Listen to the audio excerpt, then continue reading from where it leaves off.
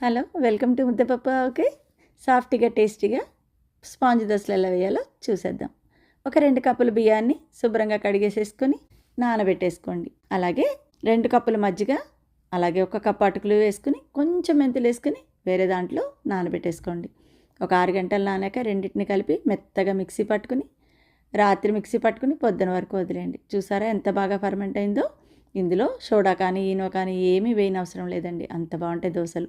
అలాగే కొంచెం సాల్ట్, కొంచెం పంచదార దోశలు ఎర్రగా రావడం కోసం కలిపేసి పక్కన పెట్టుకోండి. క్యారెట్, ఉల్లిపాయ, పచ్చిమిరపకాయ, కొత్తిమీర కలిపి జల్లుకోవడానికి రెడీ పెట్టుకోండి.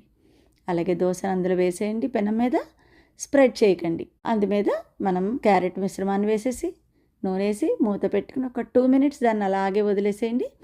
చక్కగా అటు ఇటు ఎర్రగా కాల్చుకొని దోశలు తినేయండి.